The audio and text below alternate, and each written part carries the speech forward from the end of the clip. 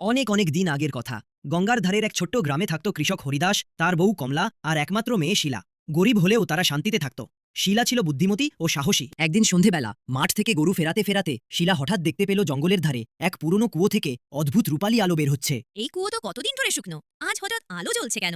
ভয়ে কাঁপলেও কৌতূহল সামলাতে না পেরে সে ছুটে বাড়ি গিয়ে সব বলল। মা, বাবা, কুয়োর ভেতরে আলো জ্বলছে।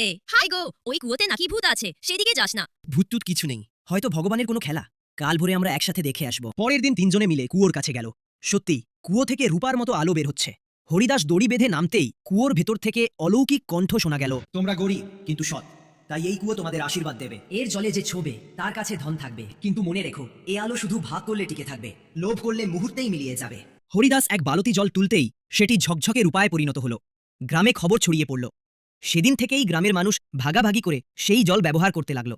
সবার ঘরে সুখ, খুশি, অন্ন ভরে উঠল। এখন আর আমাদের কষ্ট নেই, কিন্তু মনে রেখো, লোভ করলে সব শেষ। কিন্তু সুখ চিরস্থায়ী হলো না।